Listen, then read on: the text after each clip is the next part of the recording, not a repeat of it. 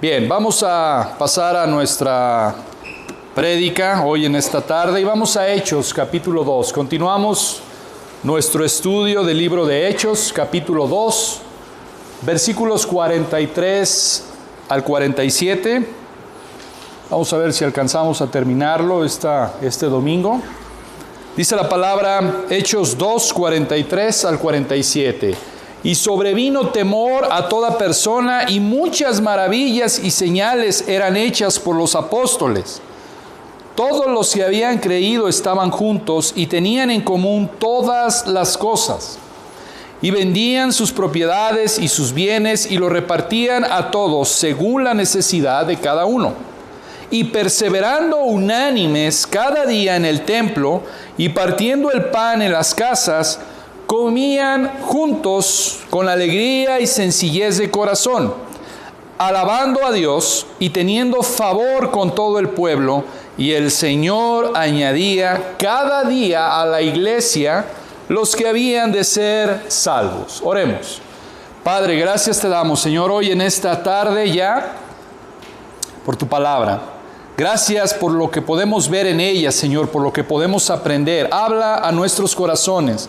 Prepara nuestros corazones, alumbra nuestros ojos, Señor, para que podamos ver las maravillas que hay en tu palabra. Te ruego, Señor, para que tu Santo Espíritu sea el Maestro, el que enseñe, el que selle estas verdades, el que aplica estas verdades a nuestros corazones, Señor. Permítenos esforzarnos en esta prédica y ayúdanos, Señor, a aplicar, a no solamente ser oidores, sino hacedores de tu palabra. Gracias porque ejemplo tenemos precisamente de esta iglesia en Jerusalén, de esta iglesia primitiva, de cómo precisamente era la vida cristocéntrica en ella.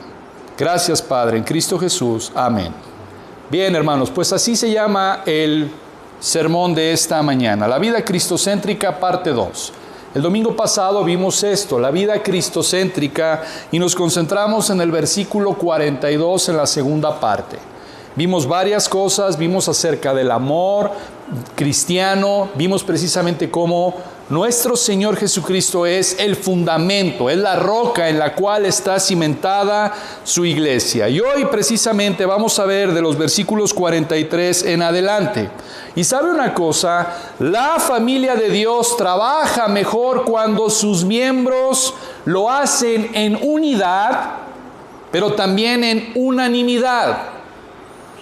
Es un privilegio, hermanos, grande, muy grande, ser comisionado para servir en el cuerpo de Cristo. Y es lo que vamos a ver en estos versículos. El cristianismo trae gozo, trae alegría, trae vida. El cristianismo es precisamente aquel que hace de Cristo que sea nuestro deleite, nuestro mayor afecto. Y hoy vamos a ver 3 puntos. Esta es la estructura del sermón. Número 1, vamos a ver el temor reverente. Número 2, servicio enriquecido. Y número 3, gozo aumentado. 3 cosas vamos a ver el día de hoy. Temor reverente, servicio enriquecido y gozo aumentado. Versículo 43 dice, y sobrevino temor a toda persona, y muchas maravillas y señales eran hechos por los apóstoles. ¿Sabe qué es lo que dice este versículo? Que un respeto reverente sobrevino en todas las personas. Un respeto reverente sobrevino en todas las personas. Primeramente a los cristianos recién convertidos. Número 1, a los cristianos recién convertidos. La presencia en ellos del Espíritu Santo les hacía experimentar una nueva relación con Dios. No era nada comparable al servicio religioso que antes tenía. Ahora Dios se manifestaba en ellos de una forma muy especial y producía en ellos una sensación de intimidad y de reverencia por la presencia de Dios.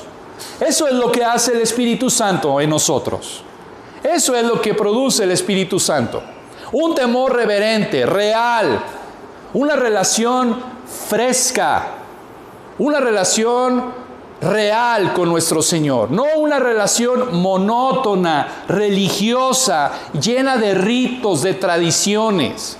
Ay, hoy toca ir a la iglesia otra vez. No, cuando el Espíritu Santo vino en el corazón de ellos es, hoy toca ir a la iglesia. No puedo esperar para poder reunirme con mis hermanos. ¿Lo ha experimentado? ¿Lo experimenta usted en su vida?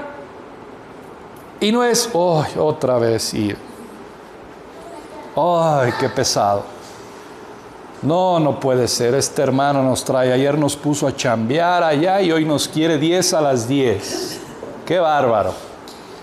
No, hermanos, cuando el Espíritu Santo enciende nuestros corazones, es un gusto, es una necesidad. No venimos a la iglesia por obligación.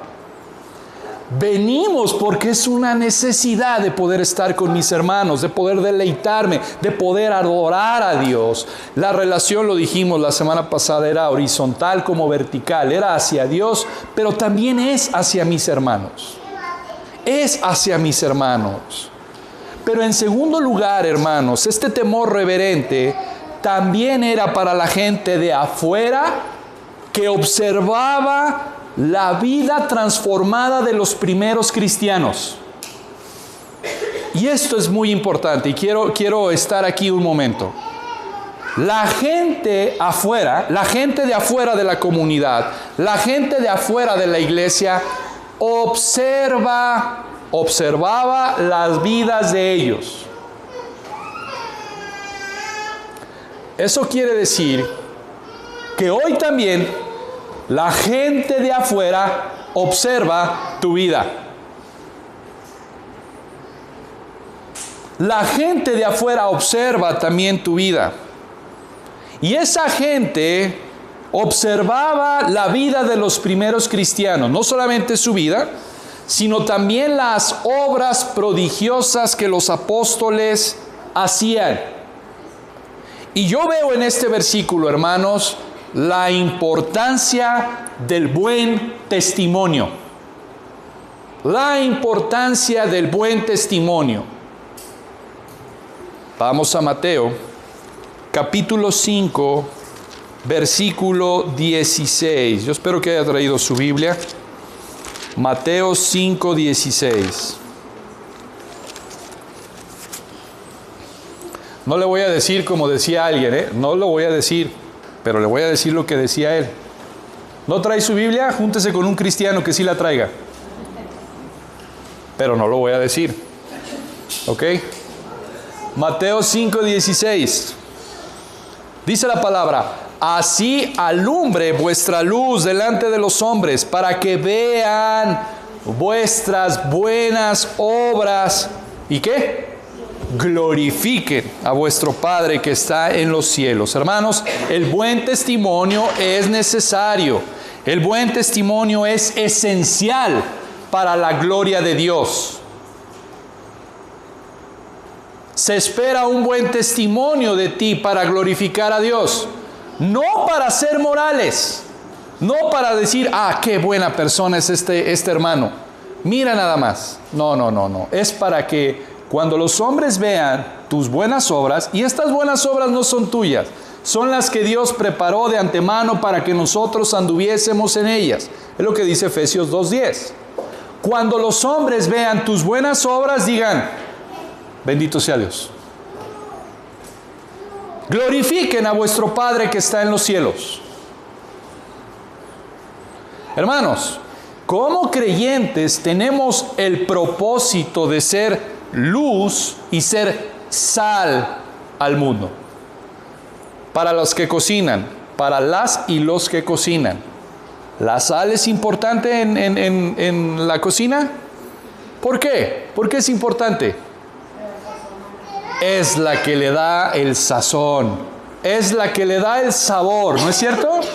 A veces está la comida muy insípida y necesitamos echarles, ¿qué? Sal, para que sepa, ¿qué? Sabrosa. La sal hace que la comida sea sabrosa.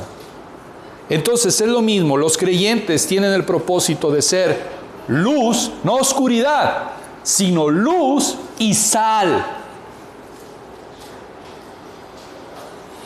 ¿Cómo eres con tus vecinos en tu casa?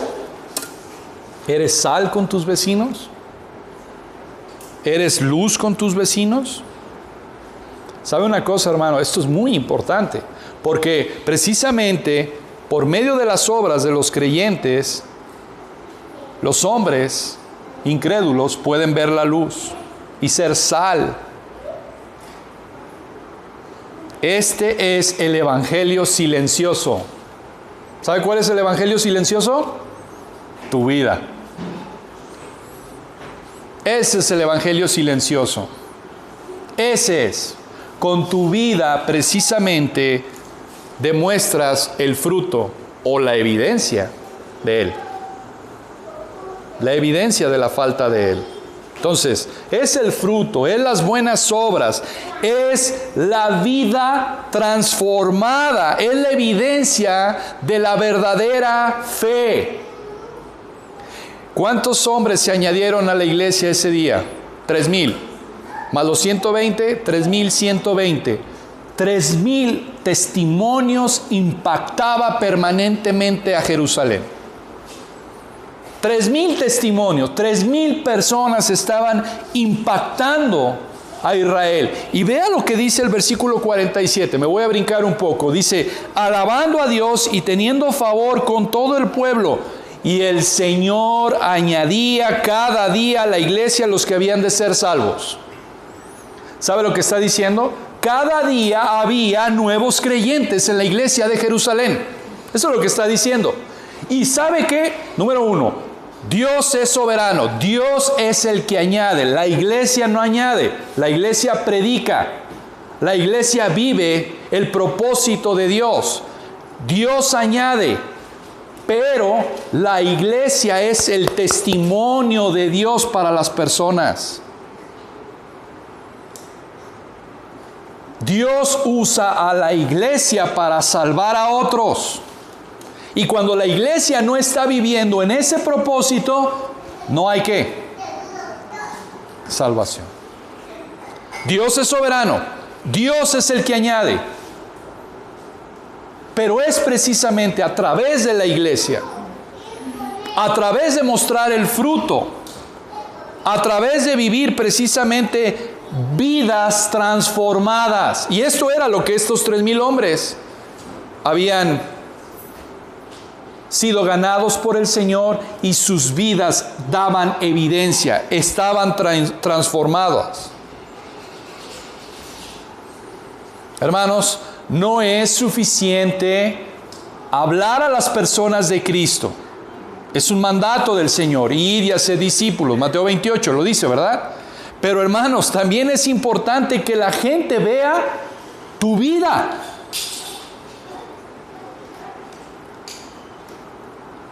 Vas a ir y vas a hablar del Evangelio y de las buenas nuevas del Señor, las buenas nuevas del Padre acerca de Cristo. Ese es el Evangelio.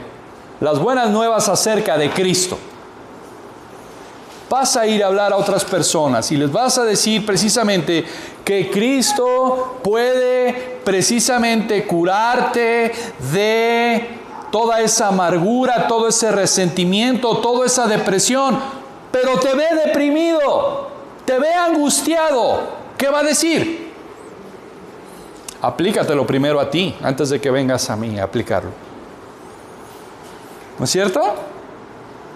¿Cómo vas a ir a hablar de Cristo y le vas a decir, ha transformado mi vida? Oye, pero yo te conozco a ti que andas con varias mujeres. Yo te conozco a ti y veo tu comportamiento y veo cómo hablas. Veo tu lenguaje, veo tu vestimenta y te veo igual que al mundo. ¿Dónde está el impacto?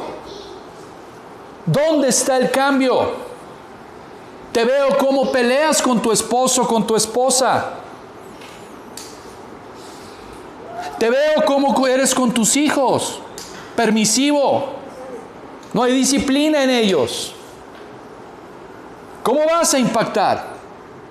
¿Cómo vas a llegar a otros a hablarles de Cristo cuando en tu propia vida no es una realidad? ¿Sabe que por eso mucha gente no habla de Cristo? ¿Sabe que por eso mucha gente no habla de Cristo?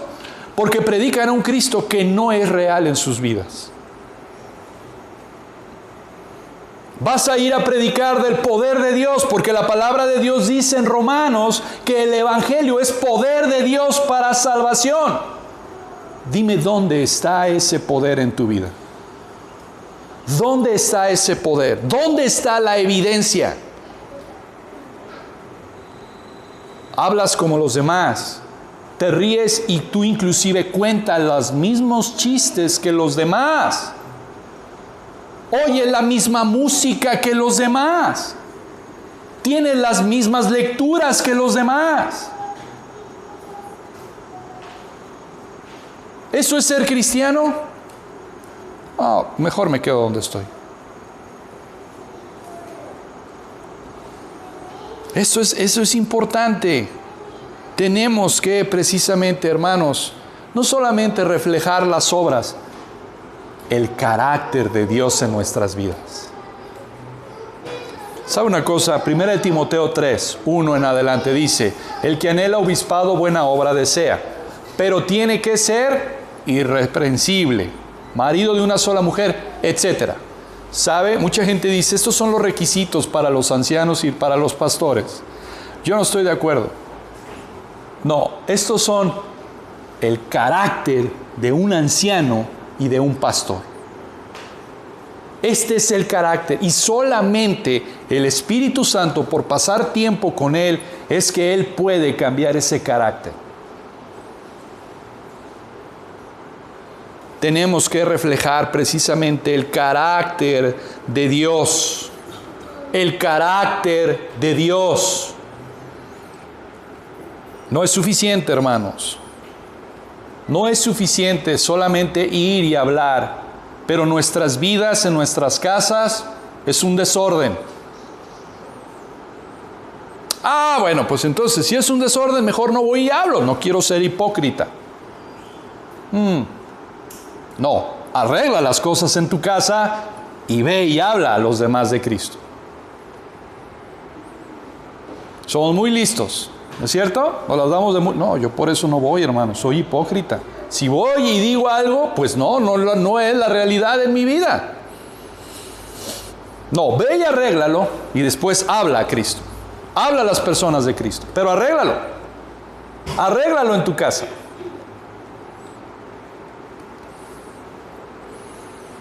Quien tiene a Dios como Padre, escuche bien, quien tiene a Dios como Padre y a Cristo como Salvador, debe de reflejar el carácter de Dios en él. Vamos a Primera de Juan. Primera de Juan, capítulo 4, versículo 17.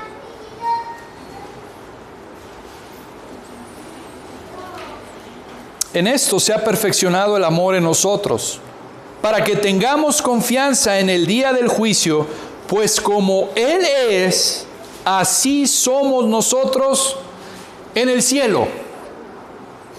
Así dice, ¿verdad? Como Él es, nosotros somos ¿en dónde? En el mundo, en nuestra ciudad, en nuestra comunidad, en nuestra familia, en nuestro hogar, en nuestra escuela, en nuestro trabajo. Como Él es, nosotros también debemos de ser en este mundo. Tremendo versículo. Entonces, quien tiene a Dios como Padre y a Cristo como Señor y Salvador, debe de reflejar el carácter de Él.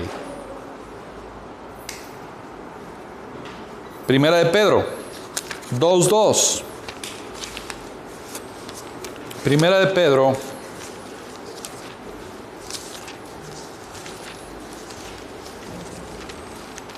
2:2. Desead como niños recién nacidos la leche espiritual no adulterada, para que por ella crezcáis para salvación. La palabra de Dios es la que va a irte llevando y mostrando ese carácter de Cristo a través de la palabra de Dios. ¿Sabe una cosa que me di cuenta esta semana? Y realmente el Señor me llevó a esto. La necesidad de leer más los evangelios.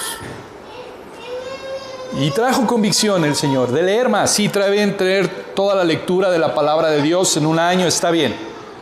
Pero añadido a eso, leer más los evangelios. ¿Por qué? ¿Por qué? Porque en los evangelios muestra cómo es Cristo. En los evangelios se muestra cómo es Cristo. La importancia de eso.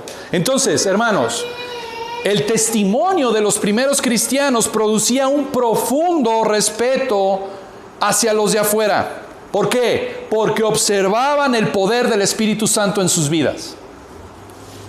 Y eso va a pasar, hermanos, cuando en una iglesia, en una comunidad, el Espíritu Santo está transformando vidas, la gente de afuera lo va a notar. Óyeme, tú antes eras un borracho, eras un mujeriego. Antes tú eras una mujer contestona con tu marido y ahora te veo diferente. ¿Por qué eres diferente? ¿Qué es lo que está pasando? ¿Quieres saber? Es Dios en mi vida. Es Dios obrando en mi vida a través de su poderoso evangelio. Oye, yo te conocí como eras. Tirado en el alcohol, en las drogas. Y ahora te veo diferente, te veo sobrio, te veo, eres un hombre familiar, un hombre de familia. Te veo con tu esposa, con tus hijos. Hay algo en ti. Hay algo en ti. Bueno, no es algo, es alguien. Es Cristo. No es una religión, es una persona que está viviendo en mí. Y es Cristo. Con Cristo estoy juntamente crucificado. ¿No dice la palabra? Y ya no vivo yo, más vive Cristo en mí. Vive Cristo en mí. Y porque vive Cristo en mí, tengo una vida ¿qué? Transformada. Sigo siendo cada vez más y más conformado a la imagen de Cristo. Ahora, regresando a Hechos, vemos cómo los apóstoles hacían prodigios y señales en medio de ellos. Versículo 43, y muchas maravillas y señales eran hechas por los apóstoles. Jesús les había dado autoridad a sus apóstoles para que hicieran esas manifestaciones de poder. Lo podemos ver ahí en Mateo 10, 18. Luego de la ascensión, el Espíritu Santo vino sobre ellos y ellos hicieron todavía más prodigios y señales. ¿De dónde procedía este poder? Del Espíritu Santo. El Espíritu Santo era la fuente del poder de los apóstoles. Y sabe que estas muchas maravillas era precisamente un eco de lo que Pedro dijo acerca de Joel. Pero esto tiene una importancia muy necesaria recalcar. Estas señales que hacían los apóstoles acreditaba ante todos que Jesús había ¿qué? Resucitado. Las señales, las maravillas que hicieron acreditaban a Jesús resucitado, porque todos estos prodigios se hacían en el nombre ¿de quién? De Jesús. Todas estas señales y prodigios se hacían en el nombre de Jesús. Ahora, pensemos por un momento. ¿Será que hoy también entonces podemos tener esas señales de poder entre nosotros? No. Hoy ya no. Pero ¿sabe una cosa? Dios es un Dios de milagros. Dios sigue siendo un Dios de milagros. Y Dios sigue haciendo milagros en respuesta a las oraciones de su pueblo. Mas, sin embargo, estas señales eran para la era apostólica. Pero déjeme decirle una cosa, hermanos. El más grande milagro que Dios realiza actualmente es la transformación de pecadores en hijos amados por Él. Ese es el mayor milagro que Dios realiza.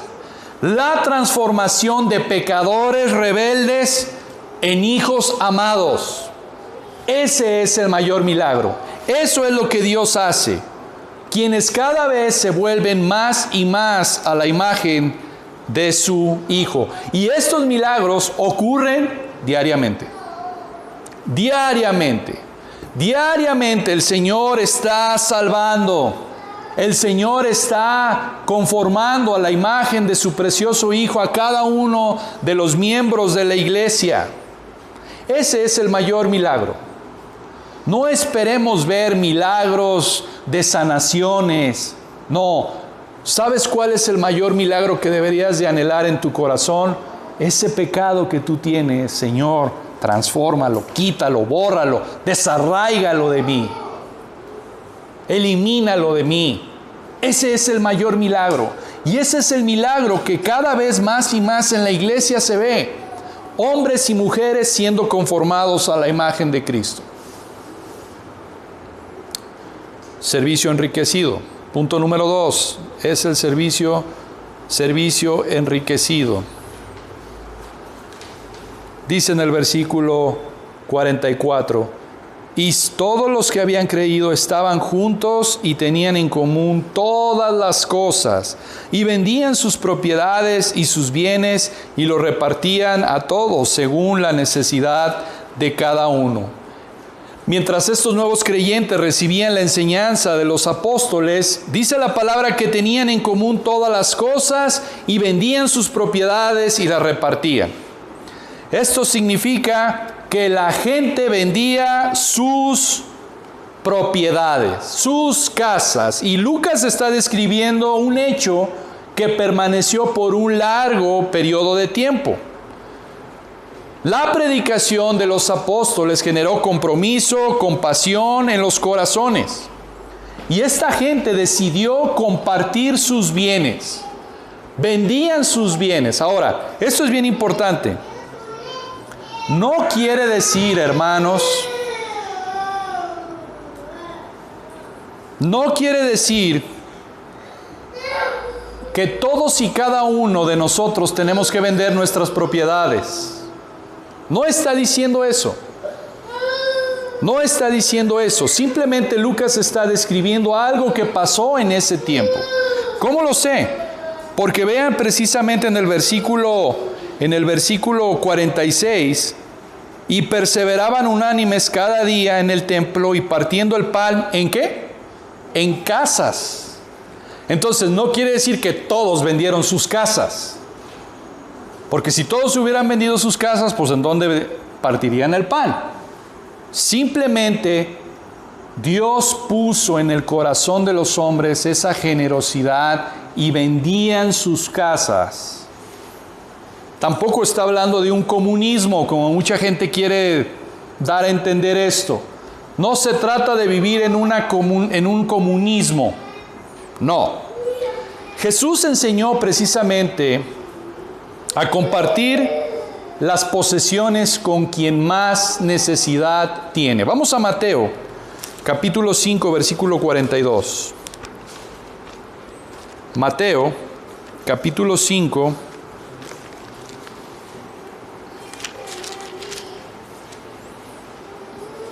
versículo 42. Dice, al que te pida, dale. Y al que quiera tomar de ti prestado, no se lo rehuses. Jesús enseñó precisamente a compartir con las personas que tenían necesidad. También enseñó el Señor que no podemos servir a las riquezas y a Dios. Ahí mismo en Mateo capítulo 6, Versículos 19 al 34 nos dice acerca de la importancia de hacer tesoros en el cielo. También vimos cómo el Señor, por medio de la parábola del buen samaritano, ordenó amar al prójimo. Entonces, la enseñanza de los apóstoles sin duda expuso las palabras de Jesús sobre amarse y servirse unos a otros. Y vemos cómo esta enseñanza fluyó en los corazones de los oyentes.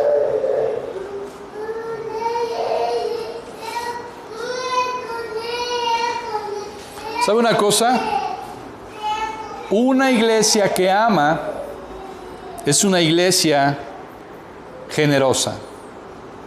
Una iglesia que está aprendiendo es una iglesia que ama, es una iglesia generosa. Y viene una pregunta, ¿deberíamos de hacer nosotros también lo mismo hoy? En algunas épocas de la historia de la iglesia, algunos han pensado que sí, y lo han hecho. Pero nuestro Señor Jesús nunca prohibió a sus discípulos tener bienes. Como ya lo vimos en el versículo 46, nos habla de que cada día partían el pan en diferentes casas. Entonces, la venta de las casas o de las propiedades eran ocasionales. No era que todo lo tenían que hacer. Era quien el Señor puso en su corazón, esa persona lo hacía. Ahora, ¿qué pasó con Ananías y Zafira? ¿Se acuerdan? Hechos 5. Ananías y Zafira mienten, venden una propiedad. ¿Cuál es el problema de Ananías y Zafira? ¿Que vendieron la propiedad? No, vendieron su propiedad. Pero ellos dijeron, bueno, vamos a retener una parte y lo que sobre decimos que eso fue lo que fue la venta de la propiedad. Ese fue el pecado de Ananías y Zafira. No fue que hayan vendido su casa, fue el engaño, fue la simulación.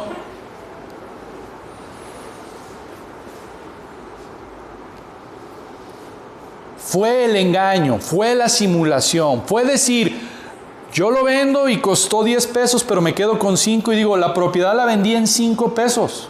Eso fue lo que la vendimos. Aquí está todo lo que vendimos de esa propiedad. ¿Cuál fue el error? Fue haber dicho, vendimos la propiedad en 10 pesos, pero yo quiero dar 5 pesos. Punto. Y los otros 5 pesos, yo me los quedo. Fue el engaño. Fue la mentira. Y hermanos, somos llamados nosotros también a ser generosos, especialmente con los necesitados. Vamos a Primera de Juan.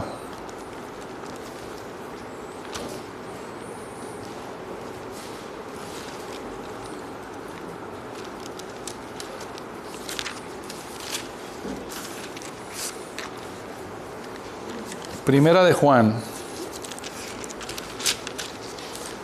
3:17. Primera de Juan 3:17. Dice la palabra. Voy a empezar a leer del versículo 16. En esto hemos conocido el amor, en que Él puso su vida por nosotros. También nosotros debemos poner nuestras vidas por los que me caen bien. Quisiéramos que dijera eso, ¿verdad? La palabra. Pero no, dice ahí, debemos de poner nuestras vidas por los hermanos. Los que me caen bien y los que no me caen bien. Pero el que tiene bienes en este mundo y ve a su hermano tener necesidad y cierra contra él su corazón, ¿cómo mora el amor de Dios en él? Pero el que tiene bienes de este mundo y ve a su hermano tener necesidad y cierra su corazón contra él, ¿cómo puede morar el amor de Dios en él? Es una buena pregunta que Pedro hace, Juan hace. El ejemplo que dábamos el domingo pasado, ¿verdad? Vemos a Ale que está en necesidad, que le hace falta precisamente el alimento. Tiene 2-3 días sin comer. Y el hombre cierra su corazón, o la iglesia cierra su corazón hacia ella. ¿Eso es amor? No, no es amor. No es amor. Eso es precisamente el pecado de Ananías y Zafira. Eso es fingimiento. Eso es hipocresía. Eso es simulación. Yo te amo, Ale, y todos la amamos, pero no vemos por su necesidad. ¿Eso es amor?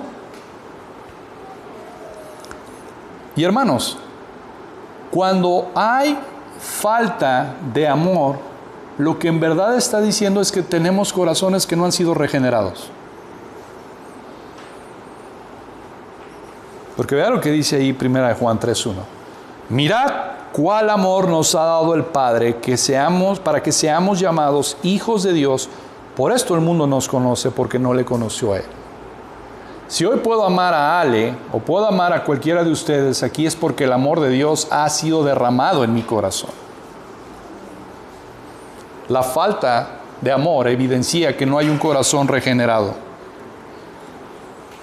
Como dice John Stott, la comunión cristiana es solicitud cristiana. Y la solicitud cristiana es participación cristiana. Lo voy a volver a repetir.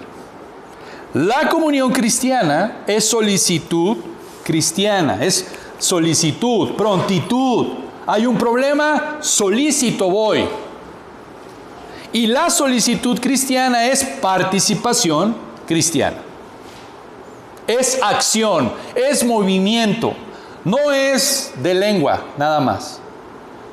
Es solicitud, es participación, es comunión.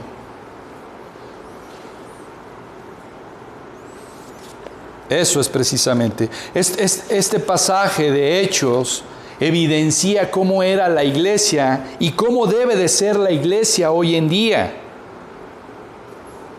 Y repartían a todos según la necesidad de cada uno. Y al leer este pasaje me hizo pensar precisamente en Dios mismo, porque veo la generosidad de Dios al dar a su Hijo Cristo.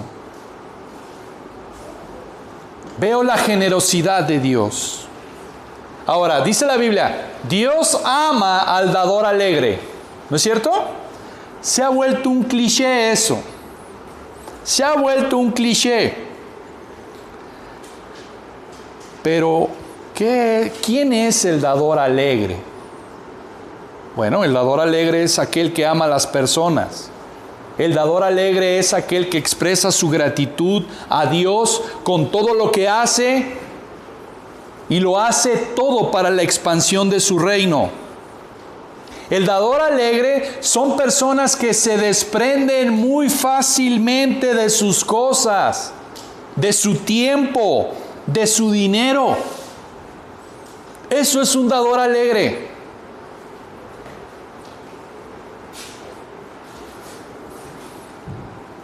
Y es realmente deleitante. Es deleitante ver el espíritu de la generosidad cristiana. Y es realmente deleitante ver el espíritu de la generosidad cristiana en esta comunidad. Yo veo cómo precisamente son ustedes desprendidos de sus bienes, de su tiempo, de sus recursos. ¿Para qué? Para la expansión del reino del Señor. Así era la iglesia del primer siglo. Pero Dios es el dador por excelencia. Juan 3:16, ¿qué dice? De tal manera amó Dios al mundo que dio a su Hijo unigénito, para que todo aquel que en Él cree no se pierda, mas tenga vida eterna. De su generosidad tomamos gracia sobre gracia, es lo que dice Juan. Y ahí precisamente en 1 Juan 3:1 dice, mirad cuál amor nos ha dado el Padre, para que seamos llamados hijos de Dios. Pero hay otro pasaje que quiero que me acompañe. Vamos a Efesios 1:3. Rápidamente, vamos a Efesios capítulo 1, versículo 3. Dice: bendito sea el Dios y Padre de nuestro Señor Jesucristo, que nos bendijo con toda bendición espiritual en los lugares celestiales en Cristo Jesús. ¿Sabe una cosa? Pablo está bendiciendo al Señor. Pablo está bendiciendo a Dios, ¿no es cierto? Y cuando nosotros bendecimos a Dios, lo que hacemos es hablar cosas buenas de Él. Pero escuche esto, cuando Dios nos bendice, es muy diferente. Porque cuando Dios nos bendice, Él nos comunica su bondad a nosotros. Nosotros solamente podemos bendecir a Dios a través de palabras. Él nos bendice con hechos. Pablo bendice a Dios y bendecir es bien decir. Alaba a Dios, bendice a Dios, habla cosas buenas y bonitas de Él. Pero cuando Dios nos bendice, Él nos bendice con hechos. Todo lo que podemos hacer es hablar bien de Dios. ¿Por qué? Porque en nosotros no hay nada bueno. En nosotros no hay nada bueno. No hay nada bueno que darle. Y a Él no le hace falta ninguna cosa buena. Y no le hace falta nada. Pero cuando Él nos bendice, la situación es diferente. Él no nos bendice por nuestra bondad, ya que carecemos de ella. Él nos bendice con bondad. ¿Usted entendió? Él no nos bendice por nuestra bondad, porque no tenemos bondad. Cuando Él nos bendice con bondad. Nuestro Padre Celestial nos colma de toda bondad, de toda buena dádiva, de toda bendición. Esa es su naturaleza y esa es nuestra necesidad. Y por eso es que cuando Él nos colma con bondad, podemos también nosotros, ¿qué? Ser bondadosos con las otras personas. Él nos colma con bondad, porque esa es su naturaleza. Y esa es nuestra mayor necesidad. Una persona que es generosa con las demás personas es alguien que constantemente va a Dios por bondad, que constantemente va a Él por su necesidad que tiene de bondad. Y porque es así, puede ser también generosa con otras personas. Otra vez, Juan 15, separados de mí, nada podéis hacer. Él es la fuente de la generosidad. Nadie da lo que no tiene. Eso es un hecho. Nadie da lo que no tiene. Y si alguien tiene generosidad, aunque no tenga bienes, es generoso. Es generoso. Y yo creo que el ejemplo es precisamente lo que pasamos ayer. Yo veo su generosidad, su tiempo, sus recursos invertidos.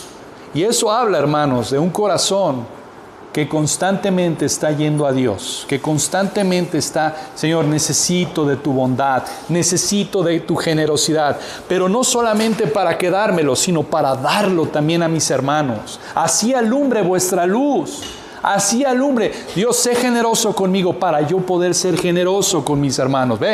Vea, hacia arriba y hacia mis demás hermanos. Tú has sido tan bueno, tan generoso, me desprendo de las cosas.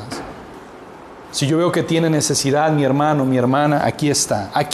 ¿Por qué? Porque tú has sido generoso. Tú diste a tu hijo en rescate por mí. Tú diste lo más precioso, diste lo más valioso que tenías, a tu hijo Cristo. ¿cómo no voy a ser generoso también con mis hermanos?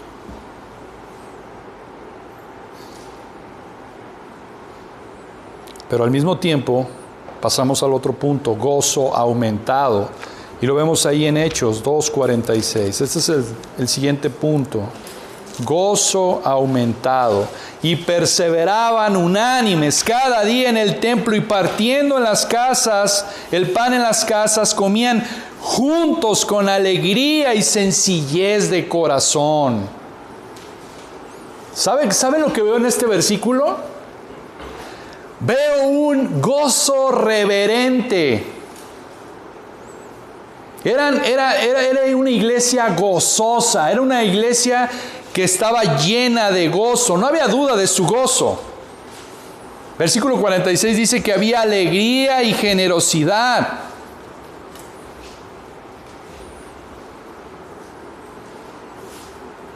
¿Por qué se sentían gozosos? Bueno, nada más y nada menos porque Dios había compartido con ellos no solamente a su Hijo, sino también su Espíritu. Y aquí se ve también el fruto del Espíritu, porque el fruto del Espíritu, Gálatas 5:22, ¿qué es? Amor, gozo, paz, paciencia, benignidad, bondad, fe, mansedumbre, templanza, etc. El gozo es el fruto del Espíritu Santo. Y esta era una iglesia gozosa. Esta era una iglesia alegre. Esta era una iglesia que era reverente en el templo y cuando se juntaban en las casas era un gozo exultante y con sinceridad de corazón. Se juntaban a celebrar los poderosos hechos de Dios llevados a cabo por medio de Jesucristo. John Stott dice eso y me gustó lo que dijo. Dice, es correcto ser solemnes en el culto público, pero es imperdonable ser aburrido. Es correcto ser solemnes en el culto, pero es imperdonable ser aburrido. ¿Por qué? Porque es el gozo del Señor. Es el gozo de la palabra. Y hermanos, esto era parte de lo que estaban asombrados la gente de afuera al ver al gozo de estas 3,000 personas. Eso causa asombro. Eso causa asombro, ver a la iglesia gozosa, llena del temor de Dios. Todos estaban asombrados. Eso impactaba a la gente de afuera. ¿Sabe por qué? ¿Sabe por qué? Porque Dios había visitado esa ciudad. Dios había visitado esa ciudad. Y por eso es que estaban gozosos. Y por eso es que estaban alegres. Y por eso es que eran generosos con sus cosas. Dios estaba allí.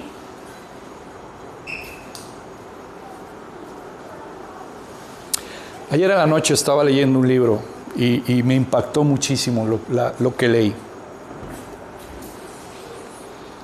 Una noche antes, se cuenta que una noche antes de que Jerusalén fuera destruida en el año 70, las personas que estaban en el templo escucharon voces que decían, vámonos de aquí, vámonos de aquí, vámonos de aquí. Y se empezaron a oír alas que se iban alejando poco a poco del templo. A la mañana siguiente, Jerusalén fue tomada, fue derribada. ¿Qué quiere decir esto, hermanos? La presencia de Dios se había ido de esa iglesia.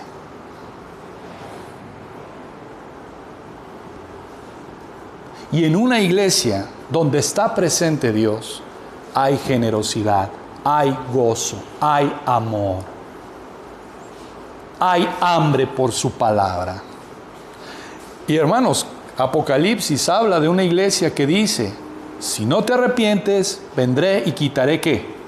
Tu candelero. Tu candelero. Lo importante de una iglesia no es la estructura, no es el edificio, es la presencia de Dios, hermanos. Lo que hace a una iglesia ser iglesia es la presencia de Dios. es la presencia de Dios. Porque Dios es la fuente que irradia el gozo, el hambre por su palabra, el servicio entre los hermanos. Eso es lo importante. No es si tenemos las mejores instalaciones, si tenemos los mejores equipos, si tenemos los mejores aire acondicionado. No. Lo importante es la presencia de Dios. Eso es lo importante. Que esté la presencia de Dios, que el Señor esté respaldando lo que la iglesia está haciendo, que la iglesia esté viviendo de acuerdo y conforme al propósito de Dios, que la iglesia esté fundamentada en Cristo, que la iglesia esté estudiando a Cristo.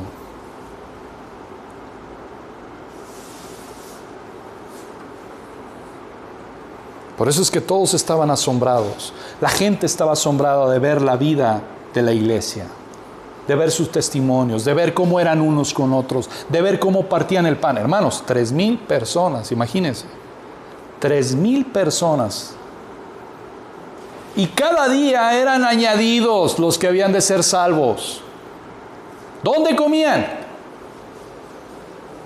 ¿Cómo comían? Pero lo que Lucas relata estaban gozosos, con alegría y sencillez en su corazón. ¿Sabe una cosa? La enseñanza de los apóstoles proveía una atmósfera de gozo continuo. Y en cada casa que se reunían había mucho gozo. ¿Y sabe una cosa? Cada vez que la palabra de Dios es enseñada, produce gozo y ganas de tener comunión unos con otros. Y el Señor me puso en mi mente Nehemías. Vea rápidamente, vamos a Nehemías. Nehemías capítulo 8, versículo 12.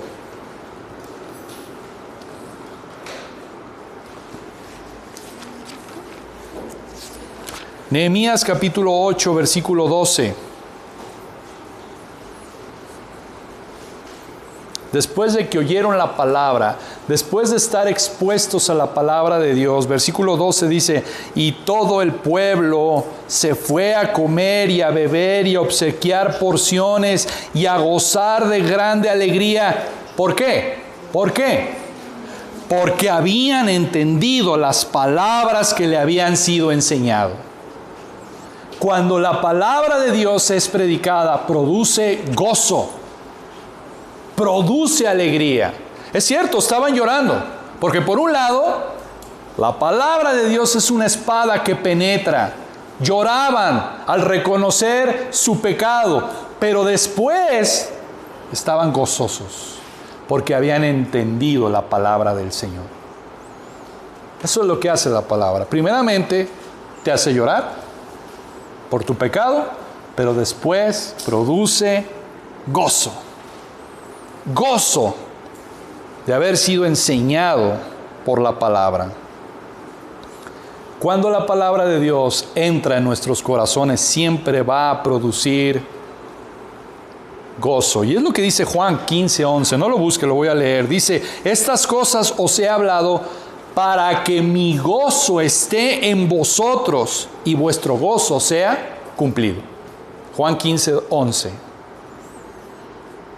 Lejos de ser aburrida la palabra de Dios, cuando es predicada, es atesorada, provee gozo abundante.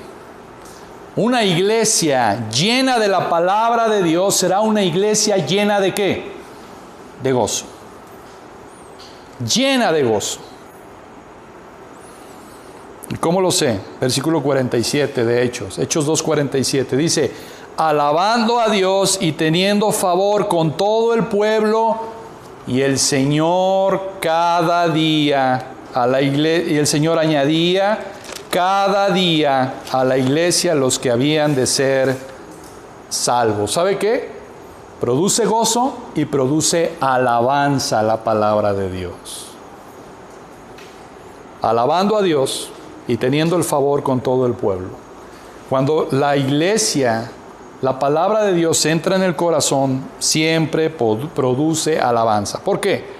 Porque la alabanza es la expresión de adoración en la que se le rinde a Dios honor, gloria y gratitud por todo lo que Él es y hace. No solamente por lo que Él hace, sino por todo lo que Él es. ¿Quién es Dios? Y sabe una cosa, hermanos, esto es bien importante porque la alabanza es un distintivo del pueblo de Dios. ¿Cómo lo sé? Vamos a Efesios 1.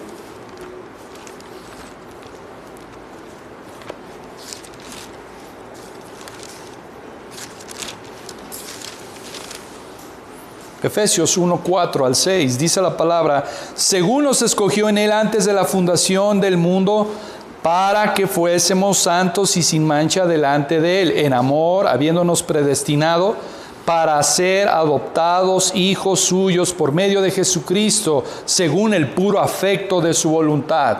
Para propósito, el propósito es alabanza de la gloria de su gracia con la cual nos hizo aceptos en el amado. Y hay más versículos, el versículo 12.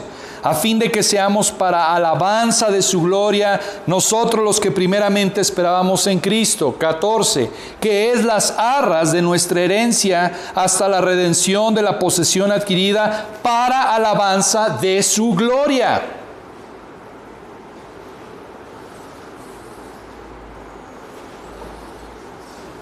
¿Sabe una cosa? La alabanza no es una actividad. La alabanza es una actitud.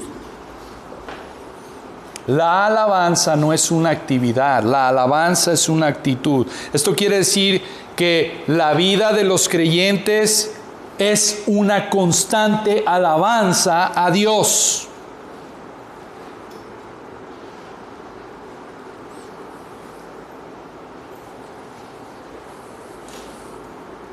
Bien, quiero cerrar esta prédica con aplicaciones. ¿Cómo podemos aplicar esto que hemos escuchado? Bueno, hermanos, número 1. Una iglesia cristiana saludable atrae a las personas a Cristo. Eso es una realidad. Una iglesia saludable, una iglesia que está centrada en Cristo, va a ser un imán, va a atraer a las personas a Cristo.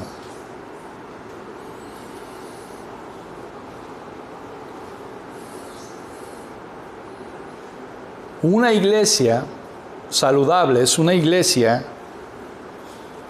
que va a crecer en cantidad de discípulos, que va a crecer precisamente en la enseñanza, que va a tener hambre de la palabra.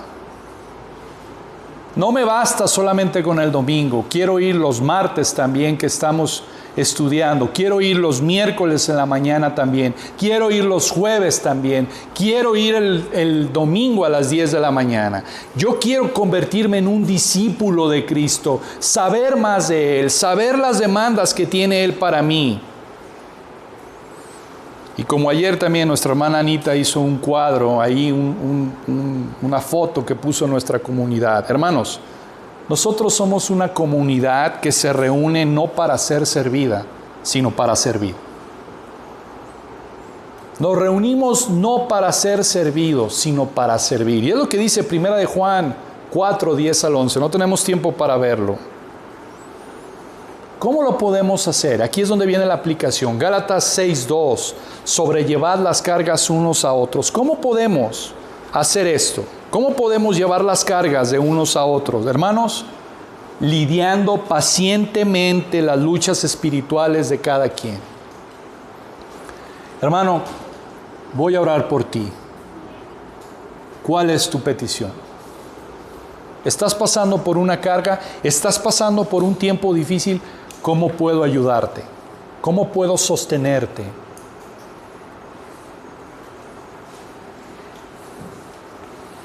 Brindar precisamente recursos a alguien que está en necesidad, ya sea de alimentos, ya sea de un préstamo, ya sea de aventón. Hermano, yo paso por ti, te doy un ride. ¿Sabe qué significa? Significa renunciar a tu viernes de película para ir a visitar a un hermano que está enfermo. Eso es sobrellevar las cargas unos a otros. Renunciar a mi viernes de película, a mi viernes de ir a tal o X lugar para ir a visitar a alguien que está enfermo. En el grupo ayer puse unas palabras de Agustín y dice así: das a Cristo cuando das al pobre. Deja todo en las manos de Cristo y nada perderás. ¿Cuándo lo dejas en sus manos? Cuando se lo das al pobre. Das a Cristo cuando das al pobre. Deja todo en las manos de Cristo y nada perderás. ¿Cuándo lo dejas en sus manos? Cuando se lo das al pobre. Dios es el que elige, versículo 47, Dios es el que elige, Él es quien añade. Pero es cierto que la iglesia, la comunidad, es el instrumento que Él utiliza para añadir a esos nuevos creyentes. Cuando la iglesia es saludable, cuando la iglesia está viviendo el propósito de Dios, la iglesia va a atraer nuevos creyentes. Hermanos, la evidencia de un verdadero cristiano es su modo de vida, su estilo de vida. Dediquemos tiempo a la enseñanza de la palabra.